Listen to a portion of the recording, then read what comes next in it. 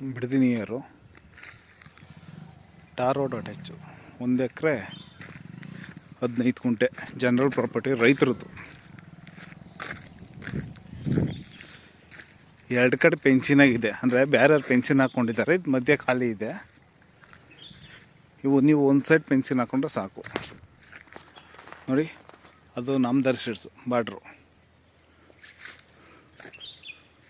ಒಂದು 10-12 ತೆಂಗಿನ ಮರ ಇದೆ, ಸೀಮೆ ಹುಲ್ಲು. ಇದು ಮಧ್ಯೆ ರೋಡ್ ಏನಂದರೆ ಇವರೇ ಜಮೀನವರೇ ಹುಲ್ಲು ಕುಯ್ಯೋಕ್ಕೋಸ್ಕರ ಮಾಡ್ಕೊಂಡಿದ್ದಾರೆ ಅಷ್ಟೇ. ನೀವು ಬೇಕಾದ್ರೆ ಕಾಂಪೌಂಡ್ ಹಾಕೊಬೋದು, ಬೇರೆ ರೋಡ್ ಅಂತ ಏನಿಲ್ಲ ಇದು.